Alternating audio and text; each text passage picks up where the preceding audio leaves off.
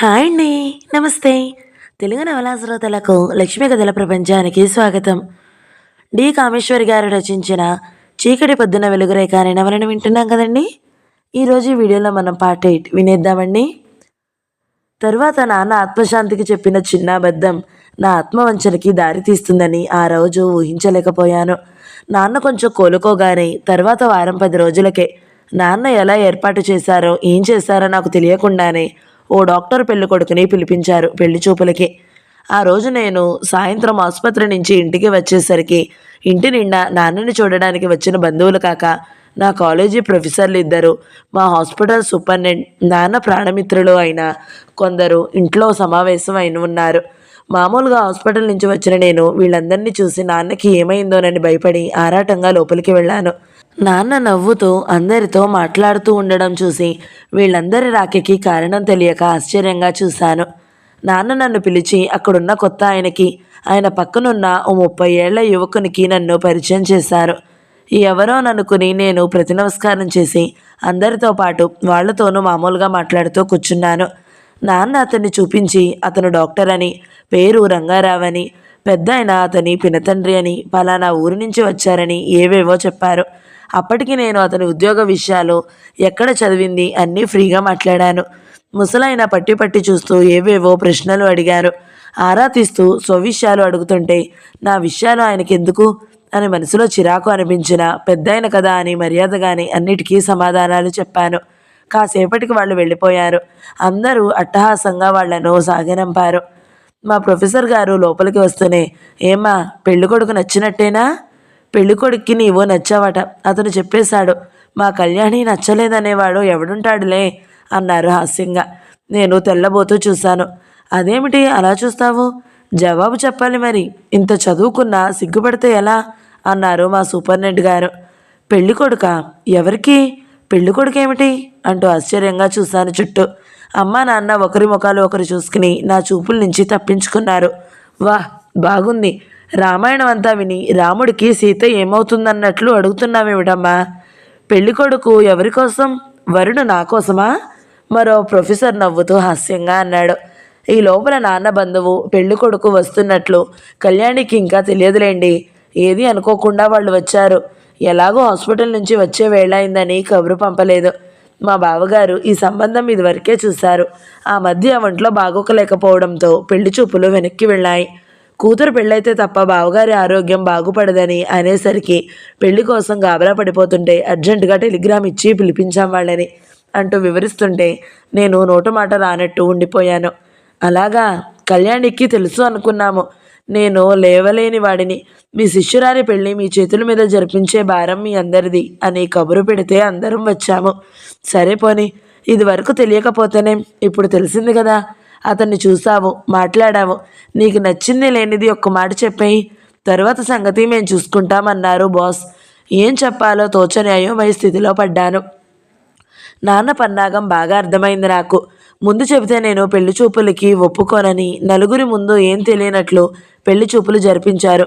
మా బాస్ ప్రొఫెసర్లు వీళ్ళందరినీ పిలిచి నా పెళ్లి భారం వాళ్ళందరి మీద పెట్టారంటే వాళ్ళ ముందు ఏమనలేక, వాళ్ళ మాట కాదనలేక మొహమాటానికన్నా ఊరుకుంటానని ఆలోచించే అందరినీ పిలిచారు. కసిగా అమ్మా నాన్నల వైపు చూశాను. ఇద్దరూ చూపులు తప్పించారు. కాసేపు ఊరుకుని నేను ఆలోచించుకోవాలి కదా అన్నాను నవ్వుతూ. అఫ్కోర్స్ ఆలోచించుకోవాలి, తప్పకుండా ఆలోచించే జవాబు చెప్పు, నీకు ఇష్టమైతేనే మిగతాది అన్నారంతా. సరే తర్వాత చెప్తాను అన్నాను. నాన్న అందరి వంక దీనంగా చూశారు. నేను ఆ మాట అనడంతో అర్థం తెలిసి తరువాత ఏం గొడవ చేస్తానోనని భయపడ్డాను. అందరూ వెళ్ళారు. నాన్న దగ్గర ఏమనకుండా వంటింట్లో అమ్మ మీద విరుచుకుపడ్డాను. ఎందుకు ఇలా చేశారు అని నిలేశాను. నన్నేం చేయమంటావే? మీ నాన్న నీవు ఒప్పుకున్నావని సంబంధాలు చూడడం ప్రారంభించారు. నీ పెళ్లి చూడాలని, చూస్తేనే కానీ తన ఆరోగ్యం బాగుపడదని అనడం ఆరంభించారు. అలాంటి స్థితిలో మనిషికి నీవు ఆ మాట అన్నావంటే అలా తెలిస్తే తట్టుకోగలరా? మళ్ళీ పరిస్థితి మొదటికి వస్తుందని తెలిసి ఎలా చెప్పనే అంది అమ్మ. నన్ను ఎలా చేసుకోమన్నారు ఈ పెళ్ళి? నన్నెందుకు అర్థం చేసుకోరు మీరు? మనసులేని పెళ్లి చేసుకుని ఎలా సుఖపడగలను? తెలిసి తెలిసి చేసుకొని ఆ మనిషిని కూడా ఎలా బాధ పెట్టను? నా బాధ మీకు అర్థం కాదు. నా కర్మాన నన్ను వదలకుండా బాధ పెడతారు. ఇలాగైనా ఉండడం ఇష్టం లేదా మీకు? బావని మర్చిపోలేమునమ్మా నేను అంటూ చేతుల్లో ముఖం కప్పుకుని ఏడవడం ఆరంభించాను. మా మాటలు నాన్నకి వినిపించే కాబోలు. గాబరాగా అమ్మని పిలవడం ఆరంభించారు. అమ్మ గబగబా వెళ్ళేసరికి నాన్న చాలా ఆయాసపడిపోతూ, కళ్యాణి, కళ్యాణి ఏమంటుంది? చేసుకోనంటుందా? అది నాకు మాటిచ్చింది చేసుకుంటానని అంటూ ఆవేశంగా ఆయాసంగా ఏవేవో అనడం ఆరంభించారు. ఆయన ఒళ్ళంతా చెమటలు పట్టేసింది. నోట్లో మాట తొట్టుపడి సరిగా రావడం లేదు. పక్కలమట నురగ వస్తుంది. నాన్నని చూస్తూనే ఆయన పరిస్థితి మళ్ళీ తిరగబెట్టిందని అర్థమైంది నాకు. అమ్మా, నాకు మాటిచ్చావు, మాట తప్పుతావా అంటూ రొప్పుతూ ఏదేదో అనసాగారు. మీరు అనవసరంగా ఆవేశపడకండి, పడుకోండి ముందు అంటూ ఇంజెక్షన్స్ ఇయ్యడానికి ఏర్పాటు చేశాను. ఆయన వినలేదు, ఇంజెక్షన్ తీసుకోలేదు. నా చెయ్యి తోసేశారు.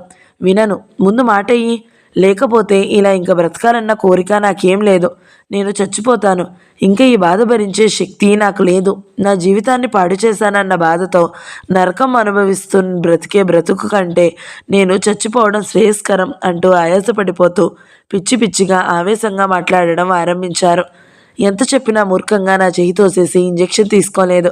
నేను ఏం చేయాలో తోచక మా ప్రొఫెసర్ని పిలిచాను.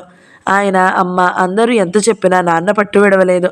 మాట ఈ అన్న మొండి పట్టు విడవలేదు. ఆయన బ్లడ్ ప్రెషర్ విపరీతంగా పెరిగిపోతుంది. నా సంగతి తెలిసిన బంధువులందరూ ఆయన స్థితికి నేనే కారణమన్న సంగతి తెలిసి కనుక కన్న తండ్రి చావు బ్రతుకుల్లో కూడా కరగని కఠినాత్మురాలిగా జమకట్టి ఏహ్యంగా చూశారు. అమ్మ నా వైపు చూసే ఒక్కొక్క చూపుకి నా కళ్ళు వాలిపోయేవి. నా సౌభాగ్యం నీ చేతుల్లో ఉంది అన్నట్టు దీనంగా అమ్మ చూసే చూపులకి దోషిలా తల వంచుకున్నాను. సంగతంతా సరిగా అర్థం కాని మా ప్రొఫెసరు విషయం ఏమిటని మా బంధువు లాయర్ని అడిగారు. ఆయన విషయం వివరించారు. అప్పుడు ప్రొఫెసర్ నన్ను బయటకు తీసుకువెళ్ళి అనేక విధాల బోధపరిచారు. ఏదో నీ మంచి కోరే చేశారు నీ తండ్రి, ఏదో పొరపాటు చేశారు, క్షమించమని పశ్చాత్తాపంతో బాధపడే తండ్రిని ఇలా చేస్తావా? ఆయన నీ చివరి రోజుల్లో శాంతిగా అయినా చచ్చిపోనియవా? ఇదేనా నీ చదువు? నీకు నిజంగా బావ మీద ప్రేమ ఉండొచ్చు, కాదనను. కానీ నీ తండ్రి కోసం కలిసి వస్తుందన్న ఆశ లేని ఆ ప్రేమని త్యాగం చేసి ఆయన్ని సంతోషపెట్టడం కూతురుగా కాకపోయినా ఏమాత్రం మానవత్వం ఉన్న వ్యక్తిగానైనా నీ ధర్మం. నీ ప్రేమ, నీ ఆలోచనలు పెంచుకున్న పిచ్చి ఆదర్శం. నీ తండ్రి మృత్యువు నీ కళ్ళ ముందు కనిపిస్తున్న వాస్తవం. దేనికోసం దేన్ని బలి చేస్తావో ఆలోచించు. చదువుకున్న దానివి, ఇంతకంటే ఏం చెప్పను అంటూ మెత్తగా మందలిస్తూ బుజ్జగిస్తూ కన్నీళ్లు కారుస్తున్నా నా కళ్ళు తుడిచి ఆఖరికి అంతా నీ చేతుల్లో ఉంది అంటూ నాకు తెలియకుండానే నా తల వంచి నాన్న దగ్గరికి తీసుకువెళ్ళి అనిపించారు. నాన్నకి మందులిచ్చారు. ఆ క్షణం నాన్నకే కాదు, నాకు ఒళ్ళు తెలియని అపస్మారం. శతాబ్దాలుగా భారత స్త్రీ ఎక్కుతున్న బలిపీఠం మీదకి నన్ను మౌనంగా ఎక్కించాను. ఆ తర్వాత వారం రోజులకే నేను రంగారావు భార్యనైపోయాను. నాకదంతా ఏదో పీడకల మాదిరిగా గడిచిపోయింది. ఆ రోజులు సరిగా గుర్తులేవు. నన్నేదో ఎవరో మంత్రించినట్టు ఆ బృహస్పతి పోయింది. ఎవరేది చెబితే అది చేశాను. పెళ్లి ఏర్పాట్లు చకచకా చేసేసి మళ్ళీ మనసు మారకుండా నన్ను శాశ్వతంగా భావనించి దూరం చేసి పెళ్లి అనే వ్యవస్థలో బందీ చేసి అందరూ సంతోషంగా చేతులు దుప్పుకున్నారు. భావనించి విడవని ప్రేయసిగా కన్ను మూసి రంగారావు గారి భార్యగా పరకాయ ప్రవేశం చేశాను. అసలు నరకం మొదటి రాత్రి నుంచి ఆరంభించింది. అందరూ నెట్టితే నాకు తెలియకుండానే గదిలోకి ప్రవేశించాను. ఆ గదిని, ఆ అలంకారాన్ని, మంచం మీద కూర్చున్న ఆయన్ని చూసేసరికి కానీ ఒక్కసారిగా అంతవరకు జరిగింది గుర్తులేదు. జరగబోయేది గుర్తుకు వచ్చి వణికిపోయాను. నేనేం చేశానో, అందరూ నన్నేం చేశారో అప్పటికి కానీ తెలిసి రాలేదు. ఆ పరిస్థితిని ఎలా ఎదుర్కోవాలో కూడా ఆలోచించే వ్యవధి లేదు. పులి ఎదుట వణికే మేకపిల్లలాగా నిలువెల్లా వణుకుతూ ఉన్న చోటే స్తణువునైపోయాను. భావస్థానంలో మరొకరిని ఊహించడానికి మనసే కాక శరీరం కూడా ఎదురు తిరుగుతుంది. నేను ఆలోచించే లోపలే ఆయన ఎదురుగా వచ్చి నిల్చున్నారు. భుజం మీద చేయి వేశారు. ఆ స్పర్శకి జుగుప్సతో ముడుచుకుపోయాను. సిగ్గనుకుని ఉంటారాయన. అప్రయత్నంగా బావ గుర్తుకు వచ్చి కళ్ళు నీళ్లతో నిండిపోయాయి. రా కూర్చుందాం, ఎంతసేపలా నిలబడతావు అంటూ చేయి పట్టుకున్నారు. నేను విసురుగా విదిలించేసుకున్నాను. ఆయన కాస్త ఆశ్చర్యంగా నా వైపే చూశారు. నా కళ్ళలో నీళ్లు చూసి ఆశ్చర్యం. అదేమిటి, ఏడుస్తున్నావెందుకు అన్నారు. ఏం లేదన్నట్టు తలాడించాను. మళ్ళీ చేయి పట్టుకున్నారు. మళ్ళీ వదిలించుకున్నాను. ఆయన నాకు తాళి కట్టిన భర్త అని ఆ రోజు నుంచి నా మీద, నా శరీరం మీద ఆయనకి పూర్తి అధికారం ఉందన్నది గుర్తులేదు నాకు. ఏదో నాకు అన్యాయం, బలత్కారం జరుగుతున్నట్లు అనిపిస్తుంది తప్ప అది సహజంగా అనిపించలేదు. ఆయన్ని దగ్గరికి చేరనీయక ఏడుస్తున్న నన్ను చూసి, ఏమిటి ఏడుపు, ఏం జరిగింది, ఎందుకు ఏడుస్తున్నావు ఆయన మామూలుగా పైకి ప్రసన్నత నటిస్తున్న ఆయన గొంతులో అసహనం ధ్వనించింది. నేనేం జవాబు ఇవ్వకుండా మరింత కుంచుకుపోయాను. ఆయన నన్ను ఓ విధంగా బలవంతంగానే లాక్కెళ్ళి మంచం మీద కూర్చోబెట్టారు. మళ్ళీ మళ్ళీ కారణం అడిగారు. ఎందుకని ఏం చెప్పకుండా తప్పించుకోగలను? ఏదో చెప్పాలిగా. ఆయనని తిరస్కరించడానికి కారణం ఏదో చెప్పాలిగా. నాకిప్పుడు పెళ్లి చేసుకోవాలని లేదు, నాకు ఉద్యోగం చేసుకోవాలని ఉందంటుంటే మా నాన్న పెళ్లి చేసేశారు. నేను ఉద్యోగం మానను అంటూ సిల్లీగా ఏదో కారణం చెప్పాను. అది విని ఆయన నవ్వారు అదోలా. నిన్నిప్పుడు ఉద్యోగం మానమని ఎవరన్నారు? డాక్టర్ చదివావని ఉద్యోగం చేస్తావనే కదా నేను నిన్ను పెళ్లి చేసుకున్నాను. నీవు ఉద్యోగం చేయడం నీకంటే నాకే ఎక్కువ అవసరం. దీనికోసం ఆ ఏడుపు అంటూ ఇంకేం వినకుండా ఇంకేం మాట్లాడే సందేయకుండా నన్ను దగ్గరికి లాక్కున్నారు. ఏమనను? ఏమనగలను? ఎలా అడ్డుకోగలను? మొదటి రాత్రిలాగే ఆ తరువాత రాత్రిలో అన్నీ నా ఇష్టం, నా ప్రమేయం, నా ఇష్టం దేని మీద ఆధారపడకుండా గడిచిపోయాయి. ఆయనతో నా జీవితం ఎలా గడిచిందో, 10 ఏళ్ల నా వైవాహిక జీవితం నేను ఏ అనుభూతికి లోను కాకుండానే గడిచింది. మొదటి రాత్రి ఆయన మీద నాకే భావం లేనట్టే మిగతా రోజుల్లోనూ ఆయన పట్ల నాకే అనుభూతి కలిగేది కాదు. పెళ్లి చేసుకున్నాను. భర్త, నా దేహం ఆయనది, నేను కాదనడానికి వీలు లేదు అన్న భావం తప్ప ఆయన నాకు కావాలని, నేను ఆయన్ని ప్రేమించానని నాకెప్పుడూ అనిపించలేదు. ఆయన కూడా నా పట్ల ప్రేమానురాగాలు ఎప్పుడూ కనపరిచినట్లు నాకు అనిపించలేదు. ఆయనకి నా మనసు కంటే నా దేహం మీద, నేను సంపాదించే డబ్బు మీద ఎక్కువ వ్యామోహమని చాలా త్వరలో అర్థమైంది. బావ పట్ల నా ప్రేమను మర్చిపోయేటట్టు నన్ను ఆయన ప్రేమానురాగాలతో ముంచెత్తినట్లయితే కొన్నాళ్లకైనా బావని మరిచి ఈయన పట్ల ప్రేమ రగిలేదేమో. ఆయన మనిషితో తప్ప మనసుతో సంబంధం లేని వ్యక్తి. ఆడదానికి మనసున్నది ఉంటుందని, దానిని స్పందింపజేసే శక్తి పురుష హృదయానికి ఉండాలని, ప్రేమానురాగాలతో ఆడదాని మనస్సుని ఆకట్టుకోవాలని ఆయన ఎన్నడూ ఆలోచించలేదు. నా 10 ఏళ్ల వైవాహిక జీవితంలో కనీసం కొత్త రోజుల్లో కూడా నన్ను ప్రేమతో, అనురాగంతో నోరారా పిలిచి దగ్గరికి తీసుకున్న సంఘటన నాకేదీ గుర్తులేదు.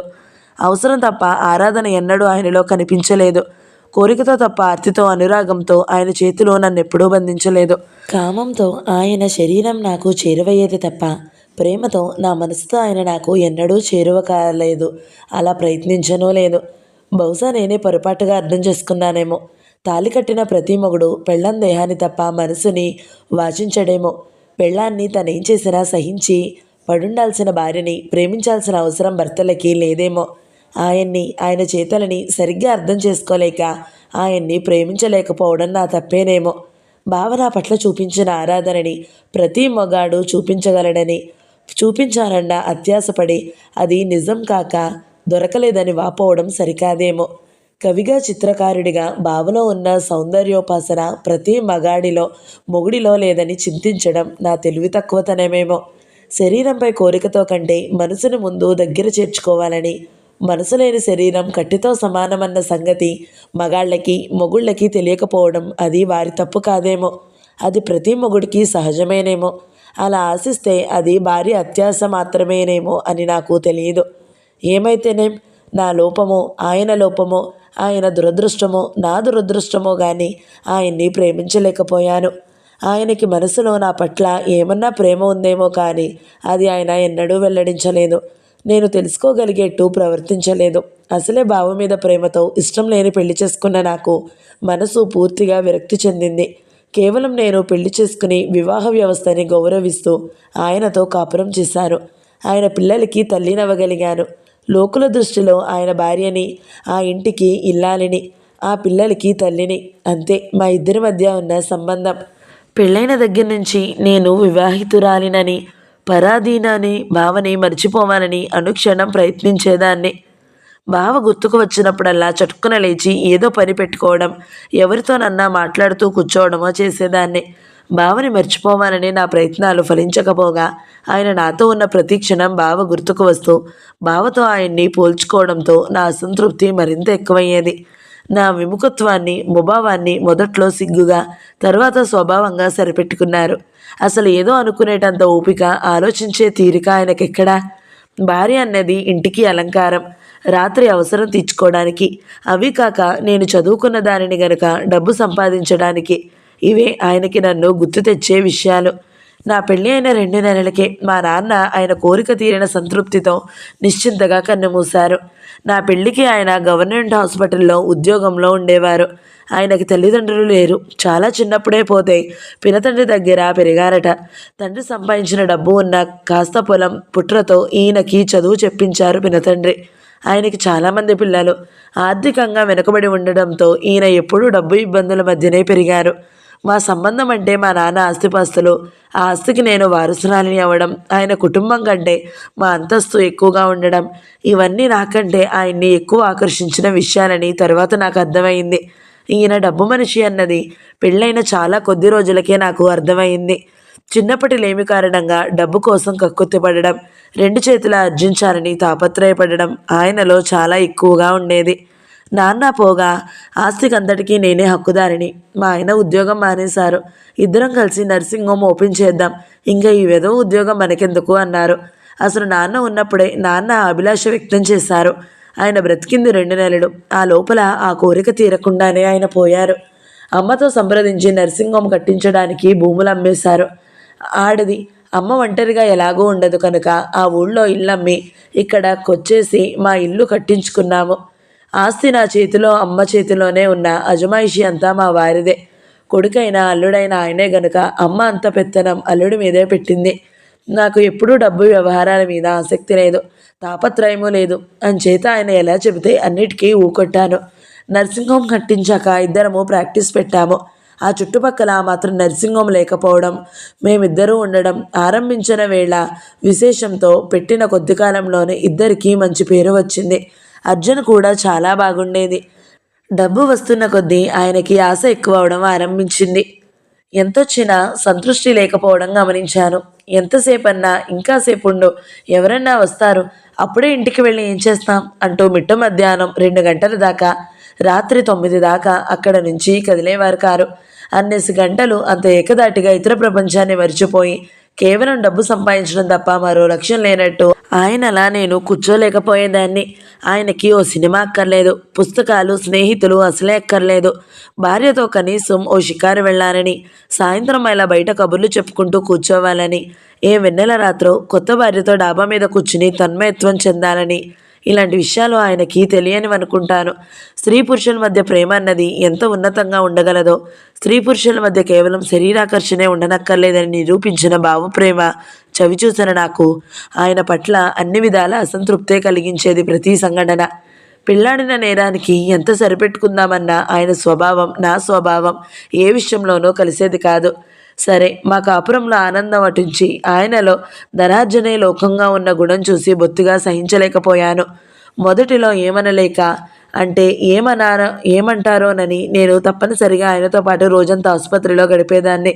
అమ్మ ఇంటిలో చూసుకోవడానికి ఉండేది గనక ఇంటి విషయాలు నేను చూసుకోనక్కర్లేదు. 3 నెలలు గడిచేసరికి మా అర్జున వేలలోకి దిగిన ఆయన సంతృప్తి పడకపోవడం నాకు కోపంతో పాటు చిరాకు కలిగించి కాస్త గట్టిగానే 3-4 సార్లు ఆయనతో వాదన పెట్టుకున్నాను. ఆయన వినలేదు. బాగుంది, డబ్బు సంపాదించడానికి కదూ ఈ నర్సింగ్ హోమ్ ఇంత ఖర్చు పెట్టి కట్టించింది, ఓపిక లేకపోతే పనేలా జరుగుతుంది అంటూ నా మాట లక్ష్య పెట్టేవారు కాదు.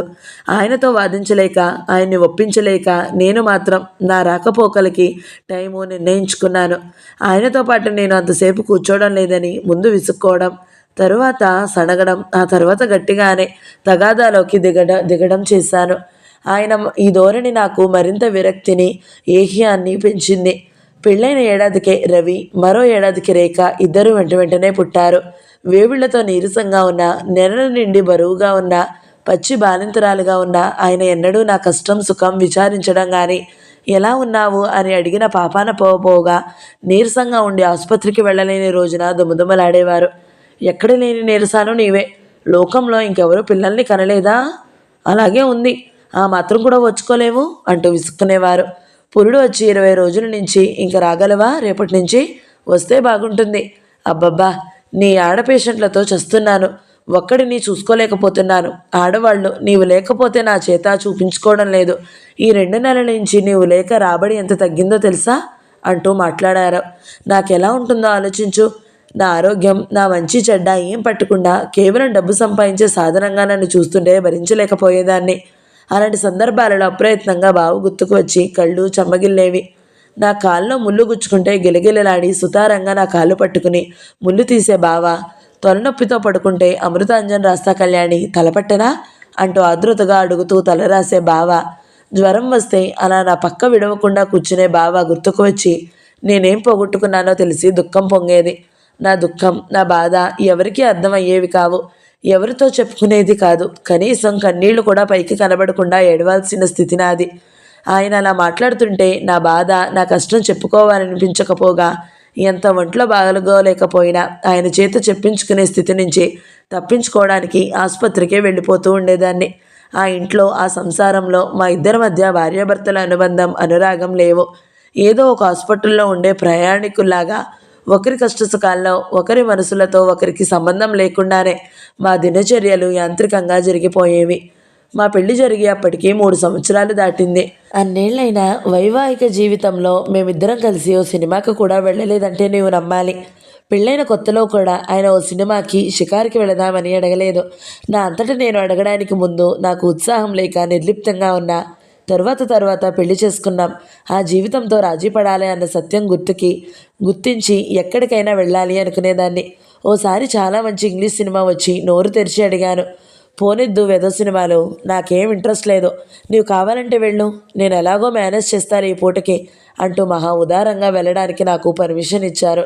ఒక్కతిని వెళ్ళాలంటే ఉత్సాహం చచ్చిపోయింది. ఆ తరువాత నేను అడగలేదు, ఆయన తీసుకెళ్లనో లేదో.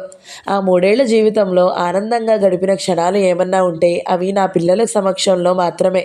నా భర్త ఎలాంటి వాడైనా, మా ఇద్దరి అనురాగాలు ఎలా ఉన్నా, నేను ఒక తల్లిని. పిల్లల పట్ల తల్లి ప్రేమను గురించి నేను కొత్తగా ఏం చెప్పనక్కర్లేదు. ఇంతే. ఈ నా మిగతా జీవితంలో ఇటు చూసినా నా ఆనందం లోపించిందేమో. నా ఆశలు, నా కోరికలు, నా సంతోషం అంతా పిల్లల మీదే కేంద్రీకృతమై ఉండేది. వాళ్ళు బోసి నవ్వులతో, ముద్దు మాటలతో, తప్పటడుగుల్లో నా నైరాశ్యాన్ని మర్చిపోవాలని ప్రయత్నించేదాన్ని. ఇతర ఆలోచనలు నాలో జొరపడకుండా ఉండడం కోసం ఇంట్లో ఉన్నంతసేపు వాళ్లతోనే కాలక్షేపం చేసేదాన్ని. ఆ అలవాటుతో కొన్నాళ్ళకి వాళ్లే నా ప్రపంచంగా మిగిలారు. ఏ సరదాలు లేని నా జీవితంలో పిల్లలే నా కాలక్షేపం. అంచేత రోజుకి వాళ్లతో అటాచ్మెంట్ పెరిగిపోయింది. తక్కినవన్నీ ఎలా ఉన్నా ఆయన పిల్లల పట్ల కూడా ప్రేమాభిమానాలు కనపరచకపోవడంతో వింతగా ఉండేది నాకు. పసిపిల్లలుగా ఉన్నప్పుడైనా అభిమానంగా, అనురాగంతో ఎత్తుకోవడం అన్నది నేను చూడలేదు. మహా ముద్దు వస్తే ఇలా బుగ్గగిల్లి వీపు నిమిరి ఓ ముద్దు పెట్టడం చేసేవారు. పిల్లలు తిన్నారా, నిద్రపోయారా అని అడిగిన పాపాన ఎప్పుడూ పోలేదు. అసలు ఆయన ఉండే సమయం ఎక్కడా? ఉదయం లేచిన దగ్గర నుంచి హడావిడిగా పనులు ముగించుకుని 8కి వెళ్ళడం, ఏ 2 గంటలకు వచ్చి కాసేపు పడుకుని మళ్ళీ వెళ్ళిన మనిషి ఏ రాత్రికో రావడం. ఇంకా ఇంటి విషయం, పిల్లల విషయం పట్టించుకునే టైము, ఓపిక ఎక్కడ ఆయనకి? అందులో నేను డాక్టర్నే గనక పిల్లల ఆరోగ్యం బాగోలేనప్పుడైనా చూసే అవసరం ఆయనకి లేకపోయింది. రోజులు యథాప్రకారంగా గడిచిపోయాయి. అప్పటికి బావ ఇంటిలో నుంచి వెళ్ళిపోయి 5 సంవత్సరాలయ్యింది. ఎక్కడున్నాడో, ఏం చేస్తున్నాడో, అసలు ఉన్నాడో, పరిస్థితులను ఎదుర్కోలేక, మరో గత్యంతరం లేక ఏ ఆత్మహత్య చేసుకున్నాడో అంతా ఊహించడం తప్ప ఏ సంగతి నాకు తెలియదు. కనీసం ఓ ఉత్తరమన్నా రాయకుండా ఉండగలిగిన బావ మనస్థైర్యానికి కోపం తెచ్చుకునేదాన్ని. నా ఆలోచనలలో భావం దూరం కాకపోయినా బావ కోసం బాధపడడం క్రక్రమంగా తగ్గింది. జీవితంలో రాజీపడి బ్రతకడం అలవాటు చేసుకున్నాను. కాలం నా గుండెల్లో గాయాన్ని తాత్కాలికంగా పూడ్చింది. అనుకోని విధంగా నా జీవితం ఓ పెద్ద మలుపు తిరిగింది. ఓ రోజు హఠాత్తుగా బావ ఇంటికి వచ్చాడు. అప్పుడు ఉదయం 7:30. నేను స్నానం చేసి అద్దం ముందు ముస్తాబవుతున్నాను. ఆయన స్నానం చేస్తున్నారు. హఠాత్తుగా గుమ్మం దగ్గర బావ నిలబడి కళ్యాణి అని పిలిచాడు. అద్దంలో బావ ప్రతిబింబం చూసి అలా నిశ్చేష్టితనయ్యి కొన్ని క్షణాలుండిపోయాను. మళ్ళీ కళ్యాణి అన్నాడు బావ ఆర్ద్రంగా. అప్పటికి గాని అది నిజమన్న స్మరణ రాలేదు. అంతే, ఒక్క ఉదుటన పిచ్చిదానిలా లేచాను. బావ ముందుకు అడుగు వేసి 2 చేతులు చాచి కళ్యాణి అన్నాడు. అంతే, చాచిన బావ చేతుల్లోకి వాలిపోయి బావను హత్తుకుపోయాను. దుఃఖం పొర్లుకొచ్చి బావ అంటూ బోరుమన్నాను. బావ చేతులు నా చుట్టూ బిగిసికిపోయాయి. కళ్యాణి, నా కళ్యాణి అంటూ బావ కూడా పిచ్చివాడిలా నా భుజం మీద తలానించి ఏడవడం ఆరంభించాడు. బావా, ఏమైపోయావు? ఇన్నాళ్ళు నన్ను వదిలి ఎక్కడున్నావు? నన్ను వదిలి ఎందుకు వెళ్ళిపోయావు బావా అంటూ వెర్రిదానిలా ఏడుస్తూ అన్నాను. కళ్యాణి, నేనెన్ని ఉత్తరాలు రాశాను నీకు, నీకేదీ అందలేదా? ఈ 5 సంవత్సరాలు నిన్నే తలుచుకుంటూ నీ పేరే కలవరిస్తూ బ్రతికాను కళ్యాణి అంటూ ఆవేశంగా బావ నన్ను మరింత గాఢంగా హత్తుకున్నాడు. నేను బావ గుండెల్లో ముఖం దాచుకుని ఏడుస్తున్నాను. ఆ క్షణంలో నాకు మిగతా ప్రపంచం ఏమీ గుర్తుకు రాలేదు. నేను వివాహితనని, బావ నాకు పరాయివాడని, నేను పరాయిదానని, నేను ఇలా పరపురుషుణ్ణి అంటరాదని ఏవీ గుర్తులేవు. ఎటు చూసినా బావ, నా బావ అన్నాళ్ళకి కంటపడ్డాడన్న నిజం ఒక్కటే గుర్తుంది. అలా ఇద్దరం ఎంతసేపు ఉన్నామో తెలియదు. హఠాత్తుగా కళ్యాణి అన్న గర్జన వినబడి తుళ్ళిపడి తెలివి తెచ్చుకున్నాను. బాత్రూమ్ గుమ్మంలో ఆయన ప్రళయకాల రుద్రుడిలా నిలబడి ఉన్నారు. ఆయన ఎప్పుడు వచ్చారో కూడా తెలియని తన్మయత్వ స్థితిలో ఉన్నాం మేము. ఆయన ముఖం చూశాక కానీ నేను చేసిన పని ఏమిటో నాకు తెలియలేదు. అప్పటికి కానీ నేను బావ వస్తువును కాదని, బావ నాకు పరాయివాడని గుర్తులేదు. బావ కూడా అప్పుడే తెలివి తెచ్చుకున్నట్టు నా నుంచి దూరంగా జరిగాడు. ఆయన చూపులకే శక్తి ఉంటే మమ్మల్ని మార్చి భస్మం చేసి ఉండేది. ముగ్గురం ఒకరి వంక ఒకరం చూసుకుంటూ ఒక క్షణం అలా ఉండిపోయాము. ఆ తరువాత నిమిషంలో ఆయన ఆవేశంగా నా దగ్గరికి రావడం, నా చెంప పగిలేటట్టు కొట్టడం కన్ను మూసి తెరిచేటంతటిలో జరిగిపోయాయి. బావ ఒక్క గంతులో నా దగ్గరికి వచ్చి ఆయన చేయి పట్టుకున్నాడు. ఆగండి, తొందరపడకండి అన్నాడు దృఢంగా. Shut up, who are you to interfere? Get out, get out. ఆయన చెయ్యి బావ చెంపని తాకింది ఈసారి. నా వంక ఏహ్యంగా తిరస్కారంగా చూస్తూ, ఛీ, నీవిలాంటి నీచురాలువని ఎప్పుడూ అనుకోలేదు. ఎవడు వీడు? ఎన్నాళ్ళ నుంచి సాగుతుంది ఈ నాటకం? ఇంట్లో నేనుండగానే నీకెంత ధైర్యం? కోపంతో వణికిపోతూ అన్నారాయన. నేనింకా షాక్కి ఆ దెబ్బకి తేరుకోలేకపోయాను. జవాబు చెప్పలేక నిస్సహాయంగా బావ వంక చూశాను. మీరు పొరపడుతున్నారు. కళ్యాణికి నేను బావని. ఇప్పుడే వచ్చాను 5 ఏళ్ల తర్వాత నా తరపున అన్నాడు బావ. బావైతే కళ్యాణి ఎవరో తెలుసా? నా భార్య. నీకెంత ధైర్యం నా ఇంట్లో ఇంత సాహసం చేయడానికి? తీక్షణంగా అన్నారాయన. బావ తలదించుకున్నాడు. క్షమించండి, పొరపాటే. కళ్యాణిని 5 ఏళ్ల తర్వాత చూస్తుంటే నన్ను నేను మరిచాను. కళ్యాణి పరాయిదని గుర్తు రాలేదు. Sorry, very sorry. ఆయన కొట్టినందుకు ఏమాత్రం బాధ అవమానం లేకుండా ఉద్రేకం ఆపుకుంటూ అన్నాడు. ఓహో, కళ్యాణి అంటే మీరు కళ్యాణి ప్రేయసి ప్రియులన్నమాట ఇదివరకు. హేళనగా తిరస్కారంగా చూస్తూ నా వంక తిరిగి, ఏం కళ్యాణి, పాపం నీకు ఒక ప్రియుడున్నాడని ఎన్నడూ చెప్పలేదేం? స్వయానా బావగారు ప్రియుడయ్యి ఉండగా మరి నన్నెందుకు పెళ్లి చేసుకున్నావు? ఆయన హేళనగా వ్యంగ్య ధోరణికి ఇంకా వింటూ సహించలేకపోయాను. ఆగండి, ఇంకా గడిచిపోయిన గతం గురించి ఇప్పుడు మీకు ప్రశ్నించే అధికారం లేదు.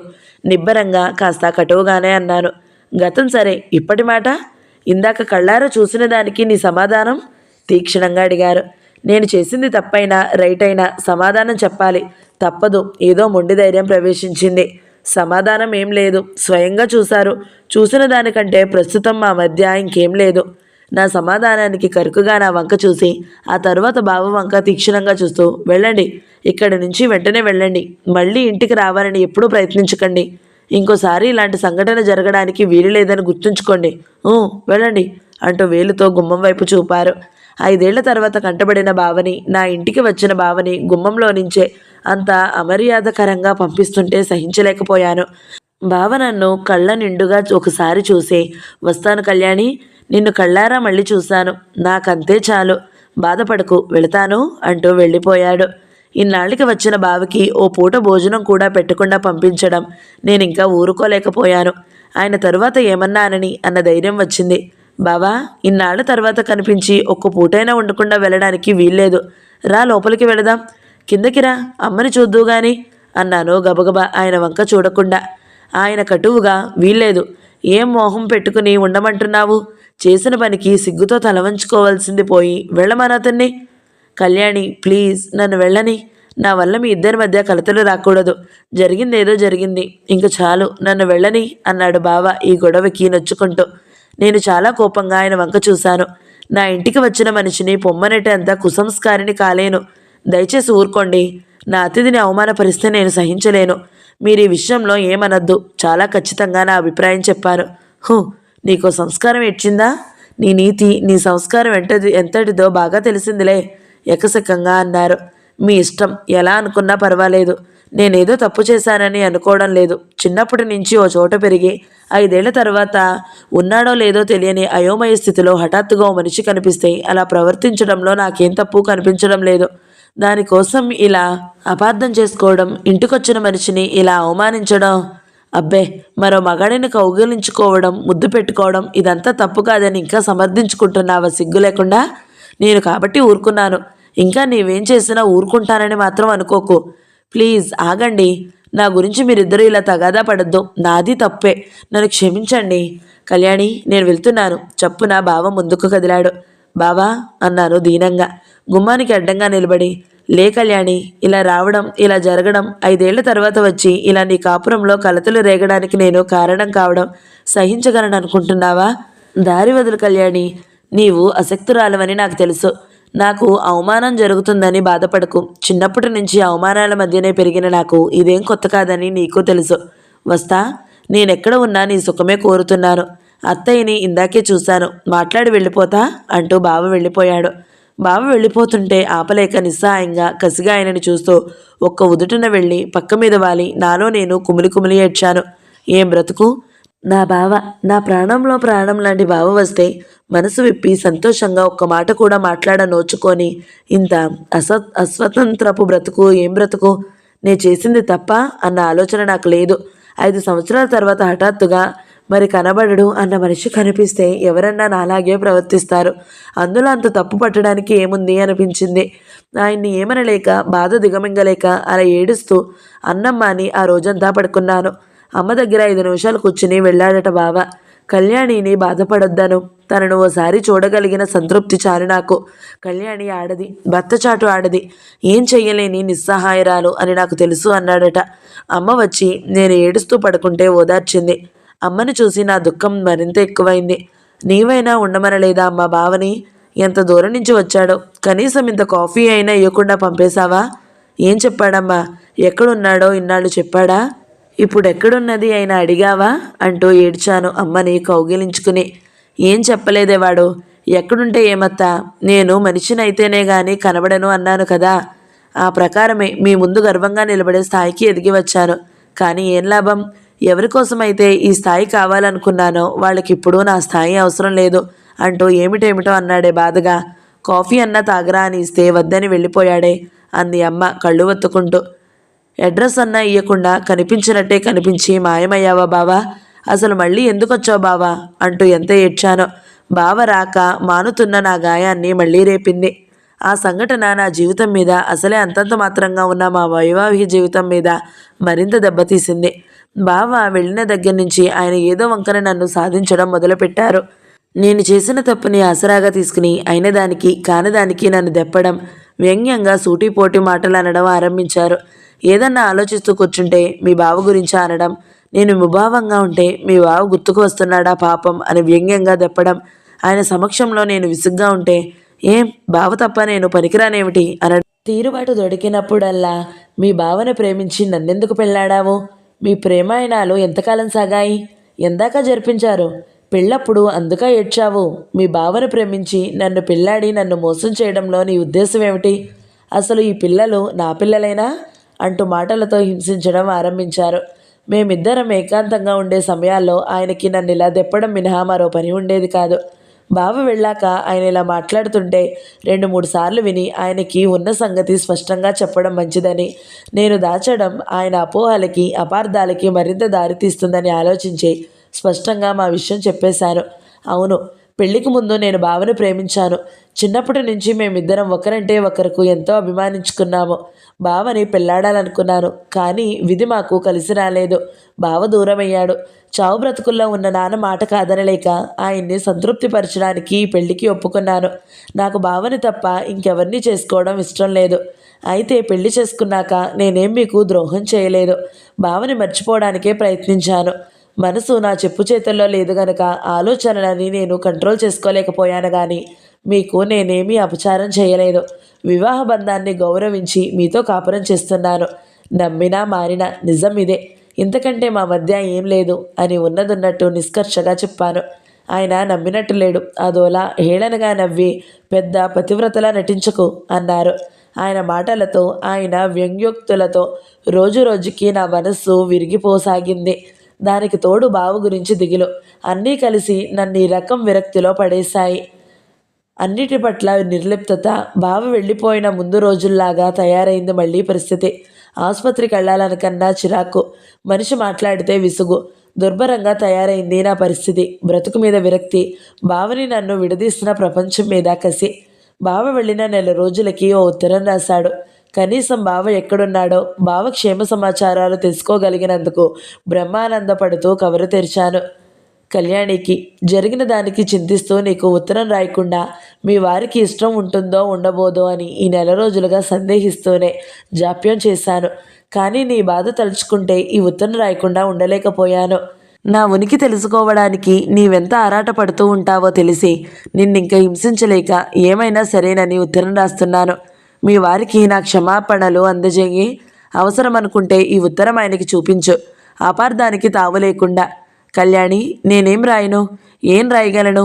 నేను తిరిగి వచ్చేసరికి ఈ పరిస్థితిలోనే నీ ఉంటానని తెలిసినా ఎందుకో అప్పుడప్పుడు వెర్రిగా నా కోసం నా కళ్యాణి 2 ఏళ్ళేమిటి, ఎన్నేళ్ళైనా నిరీక్షిస్తుంది. నేను పెద్ద ఉద్యోగినయ్యి ఎదురుగా గర్వంగా నిలబడతాను. అప్పుడు ఇంక కళ్యాణి నాది కాక ఏమవుతుంది అని పిచ్చి పిచ్చిగా ఆలోచించాను. ఇది భారతదేశమని, ఓ ఆడపిల్ల తన ఇష్టం వచ్చిన పెళ్లి చేసుకుంటానంటే కుదరదని, ఓ దౌర్భాగ్యుడి కోసం ఏళ్లు తరబడి ఎదురు చూస్తూ కూర్చుంటాను పెళ్లి చేసుకోకుండా అంటే ఆ ఆటలు ఆశలు సాగవని మరిచిపోయి వెర్రి మొర్రి కలలు కనేవాడిని. నీవు పెళ్లి చేసుకోకుండా నా కోసం ఎదురు చూస్తూ ఉండాలని ఉన్నా నీ చుట్టూ మనుషులు ఊరుకోరని తెలిసి నీ మీద భ్రమతో కలలు కనడం వెర్రిగాదు. కళ్యాణి, నేను ఇంట్లో నుంచి వెళ్ళిపోయి ఏం అవస్థలు పడ్డానో 5 ఏళ్ల తర్వాత చెప్పి నిన్ను బాధ పెట్టడం నాకు ఇష్టం లేదు. అదృష్టమో దురదృష్టమో ఎయిర్ ఫోర్స్లో చేరాను. 2 ఏళ్ల తర్వాత ఆఫీసర్ హోదాని అందుకున్నాను. అప్పుడు ఇంకా మావయ్య ముందు నిల్చోగలిగే తాహతు వచ్చిందనిపించింది. 2 ఏళ్ల తర్వాత నీకు ఉత్తరం రాశాను. ఎంతో గర్వంగా నా గురించి రాసి నిన్ను చూడడానికి వస్తానని వెంటనే జవాబు రాయమని రాశాను. ప్రతిరోజు నీ జవాబుకి ఎంతో ఆరాటంగా ఎదురు చూశాను. జవాబు లేదు. ఆ తర్వాత మరి 2 వాటికి జవాబు లేదు. ఆ తర్వాత రిజిస్టర్ ఎక్నాలెడ్జ్మెంట్తో రాశాను. అడ్రస్ నాట్ అవైలబుల్ అని తిరిగొచ్చింది. గాబరా పడ్డాను. పోనీ నీకు పెళ్ళయి అత్తవారింటికి వెళ్ళి ఉంటావు. మావయ్య వాళ్ళేమయ్యారు అనుకుంటూ ఏ సంగతి తెలియక దిగులు పడ్డాను. మావయ్య నా ఉత్తరాలకి జవాబు రాయడానికి ఇష్టపడక ఊరుకున్నాడనుకున్నాను. రిజిస్టర్ లెటర్ మనిషి లేడు అని ఎందుకు తిరిగి వస్తుంది అనిపించింది. ఏ సంగతి తెలియక కొన్నాళ్ళు గడిపాను. ఆఖరికి ఓసారి వెళ్ళి సంగతి సందర్భం ఏమిటో తెలుసుకురావాలని బయలుదేరాను. అక్కడేముంది, ఇరుగు పొరుగు ద్వారా సంగతులన్నీ విన్నాను. మావయ్య పోవడం, నీ పెళ్ళవడం, ఆస్తులన్నీ అమ్ముకుని మీరు హైదరాబాద్ వెళ్ళిపోయారని విన్నాను. కళ్యాణి, నేనెవరి కోసమైతే ఈ స్థితికి ఎదిగానో, ఎవరి ముందైతే గర్వంగా నిలబడాలనుకున్నానో, నన్ను చూసి సంతోషించడానికి వారెవరూ లేరు. నా ఈ హోదా, ఉద్యోగం ఎవరికీ పనికొచ్చేది కాదు.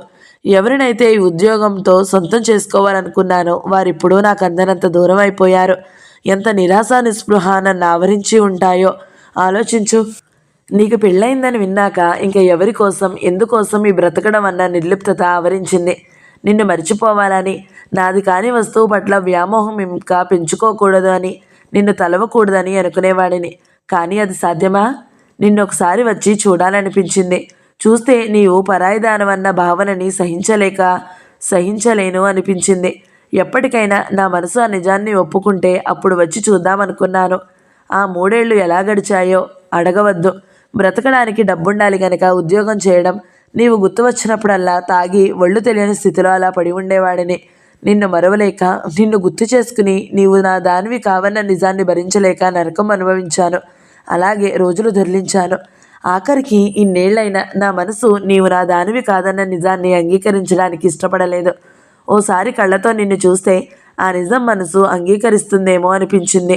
భరించలేక ఆఖరికి బయలుదేరి నీ దగ్గరికి వచ్చాను. వచ్చాక అక్కడ జరిగిన సంఘటన తర్వాత నా బాధ, ఆవేదన మరింత ఎక్కువయ్యాయి. నిన్ను అనవసరంగా అవమానాల పాలు చేశానని, మీ భార్యాభర్తల మధ్య కలహాలు రేపానన్న అశాంతి నన్ను నిలవనీయడం లేదు. కళ్యాణి, నిన్ను చూసిన క్షణంలో నీవు వివాహిత అన్న నిజమే గుర్తు రాలేదు. ఆ కళ్యాణిని అన్నాళ్ల తర్వాత చూసిన ఆనందం, అన్నేళ్ల వియోగం తర్వాత కలిగిన ఆవేదన నన్ను నేను మరిచెట్టు చేశాయి. ఆ క్షణంలో నా పూర్వపు కళ్యాణి కళ్ళ ముందు సాక్షాత్కరించింది. 5 ఏళ్ల వియోగ దుఃఖాన్ని నీ కౌగిలిలో మర్చిపోవాలన్న ఆరాటంలో యథార్థాన్ని మరిచి అనుచితంగా ప్రవర్తించాను. దానికిప్పుడు క్షమాపణలు చెప్పినా ప్రయోజనం ఏమిటి? నా కారణంగా నీ వైవాహిక జీవితంలో కలతలు రాకూడదని నా కోరిక. మరోసారి మీ వారికి నా మనపూర్వక క్షమార్పణలు అందజేయి. కళ్యాణి, ఇంకేం రాయను? ఈ ప్రపంచంలో నీవు తప్ప నాకెవరు నా అనేవారు లేరు. నిన్ను కూడా పోగొట్టుకున్నాను. కనీసం ఎప్పుడైనా నీ ఇంటికి వచ్చి నీతో మనసారా మాట్లాడగలిగే ఆవగించే హక్కు అవకాశం కూడా పోయింది. ఇంకేం చేయను? నాకెవరున్నారు? నా కష్టం సుఖం చెప్పుకోవడానికి ఎవరూ లేని ఏకాకిని. చిన్నప్పటి దౌర్భాగ్యమే ఇప్పటికీ నన్ను వదలడం లేదు. ఇంత దురదృష్టవంతులు ఇంకెవరన్నా ఉంటారో లేదో తెలీదు. కళ్యాణి, బాధపడుకు నా కోసం. నాకు ఈ బాధలు అలవాటే. అన్నిటినీ గరళంలా దాచుకుని ఇలా బ్రతుకుతూనే ఉంటాను ఏకాకిగా. సదా నీ సుఖం కోరే నీ బావ ఉత్తరం చూసి కళ్ళ నీళ్లు నిండుకుపోయాయి. గొంతు నిండా దుఃఖం పొంగింది. తెలియని పిచ్చి దుఃఖంతో ఆయన ఇంటికి రాగానే ఆ ఉత్తరం ఆయన మీదకి విసిరికొట్టాను. నా దుఃఖం ఆవేదన కలిసి కసిగా నిందించాను ఆయన్ని. అంతలా వాడి కోసం ఏడవడంలోనే తెలుస్తుంది నీ మనసు, నీ నిజాయితీ. చేసిన తప్పుకి సిగ్గుపడాల్సింది పోయి పైగా నన్ను అంటున్నావు. ఇదిగో మీ వైఖరి నచ్చలేదు. వాడొచ్చిన దగ్గర నుంచి నీ ప్రవర్తన నాకేం బాగాలేదు కఠినంగా అన్నారు. వాడు గీడు అనకండి, మర్యాదగా మాట్లాడండి. ఉక్రోషంగా ఆవేశంగా అన్నాను. అంటాను, తప్పకుండా అంటాను. వాడికంతటికంటే మర్యాద కూడా ఇయ్యాలేమిటి? కవ్వించి రెచ్చగొట్టే ఆయన ధోరణికి కోపం వస్తున్నా ఏం చేయలేని స్థితి నాది. చేసిన చిన్న తప్పుకి ఇంత పెద్ద శిక్ష? ఈ విషయం గురించి అవకాశం వచ్చినప్పుడల్లా దెప్పడం ఆయన మానలేదు. నా బలహీనతని, నా పొరపాటుని నిమిషానికి వేలెత్తి చూపడం నేను సహించలేని విషయంగా తయారైంది. ఏమీ చేయలేదు కదా అని పిల్లిని గదిలో పెట్టి అదే పనిగా హింసిస్తే రెచ్చగొడితే ఎంతకని సహిస్తుంది? ఆఖరికి తిరగబడుతుంది. భయపడకుండా మొండి ధైర్యంతో తిరగబడి రక్కుతుంది. అదే స్థితి అయింది నాది. ఒకరోజు ఇంకా భరించలేక తిరగబడ్డాను. నేను మనిషిని, నాలోనూ చీము నెత్తరు ఉంది. కాస్తో కూస్తో చదువుకున్నాను, ఆత్మాభిమానం ఉంది. అవును, బావ నా ప్రియుడే. మేమిద్దరం ప్రేమించుకున్నాము, ఇంకా ప్రేమించుకుంటున్నాము. మిమ్మల్ని నేను కావాలని పెళ్లి చేసుకోలేదు. నేనెప్పుడు మిమ్మల్ని ప్రేమించలేదు. ఇంకా మీరేమనుకున్నా అన్నా నాకేమీ లెక్కలేదు. మీ ఇష్టం వచ్చినట్లు అనుకోండి అని విసురుగా వెళ్ళిపోయాను. ఆయన కాసేపు అలాగే నోటమాట దాకా నిలబడిపోయారు. ఆ రోజు నుంచి ఆయన సాధింపు తగ్గింది. కానీ ఆయన చాలా ముభావంగా ఉండడం ఆరంభించారు. నాకు మాట్లాడాలనే మనసు లేనందున అది ఒకందుకు మంచిదే అనిపించింది. ఎప్పుడన్నా ఆయన ఈ విషయం ఎత్తి ఏదన్నా అంటే టక్కున జవాబిస్తూ ఉండేదాన్ని. అన్నిటికీ తెగించిన నన్ను ఆయన ఇంకేం చేయగలరు? ఆయన అన్నవన్నీ ఆయనకే అవమానం కలిగేట్టు జవాబిస్తుంటే ఇంకేం చేస్తారు? భార్య, అవును, నేను ఇంకొకరిని ప్రేమిస్తున్నాను. నిన్ను ప్రేమించడం లేదు. నీ ఇష్టం, ఏం చేసుకుంటావో చేసుకో అన్నట్టు మాట్లాడాక ఇంకా ఆ మగాడికి మాట్లాడడానికి ఏమీ ఉండదు. చేతనైతే ఆ భార్యని వదలాలి, అంతే. అదే స్థితిలో పడ్డారాయన. నా జోలికి రావడం మానేశారు. బావకి జవాబు రాశాను. అప్పుడప్పుడు క్షేమ సమాచారాలన్నీ తెలపకపోతే నీ చింతతో నేను సుఖంగా ఉండలేను. ఉత్తరాలు మానకు అని రాశాను. బావ ఉత్తరాలు రాస్తూ ఉండేవాడు. ఇంట్లో మా అమ్మకి మా ఇద్దరి మధ్య కలతలు కలహాలు అన్నీ తెలుస్తున్నాయి. దాగేవి కావు ఇవి. అమ్మ నన్ను చాటుగా మందలించేది. ఆయనతో వాదన పెట్టుకున్నందుకు పెళ్ళైన దానివి. అతను చెప్పినట్లు నడుచుకోవాలి. తను అన్నాడంటే నీ తప్పు లేకుండా అన్నాడా? జరిగిందేదో జరిగింది. ఇంకా ఆయన మాట విను. ఇద్దరు అస్తమానం ఎందుకలా మాట అనుకుంటారు అంటూ మందలించేది. ఊరుకో అమ్మ, నీవు అలా మాట్లాడతావేమిటి? నేనేదో ఘోరాపరాధం చేసినట్టు మాట్లాడతారేమిటి? అసలు సంగతి చెప్పిన అస్తమాను సాధిస్తుంటే భరించడానికి నేనేం మనిషిని కానా? అన్నాళ్ళకి మనిషి కంటికి కనిపిస్తే అలా ఎవరన్నా చేస్తారు. ఇంతలో నా పాతివ్రత్యానికి ఏం లోటు రాలేదులే. వెధవదేహం, వెధవ మనుషులు. మరీ మగాణ్ణి ఆ మాత్రం ముట్టుకుంటేనే అవినీతి కింద లెక్క ఏమిటి అని పౌరుషంగా అన్నాను. అమ్మ ఏమీ అనలేక మా గొడవలని సర్దిదిద్దలేక బాధపడుతూ ఉండేది. రోజులు అతిభారంగా గడిచేవి. అసలే అన్యోన్యత కరువయ్యి మా కాపురం ఈ సంఘటన తర్వాత ఎంత బాగా సాగి ఉంటుందో ఆలోచించు. నా విరక్తి రోజు రోజుకి పెరిగిపోసాగింది. చీకటి పొద్దున వెలుగురేఖ 8వ భాగం సమాప్తం. ఈ వీడియో మీకు నచ్చినట్లయితే లైక్ చేయండి, షేర్ చేయండి, మంచి కామెంట్ పెట్టండి. ఎవరైనా మొదటిసారి మన ఛానల్ని చూస్తున్నట్లయితే సబ్స్క్రైబ్ చేసుకోండి. Thank you so much for watching. నమస్తే.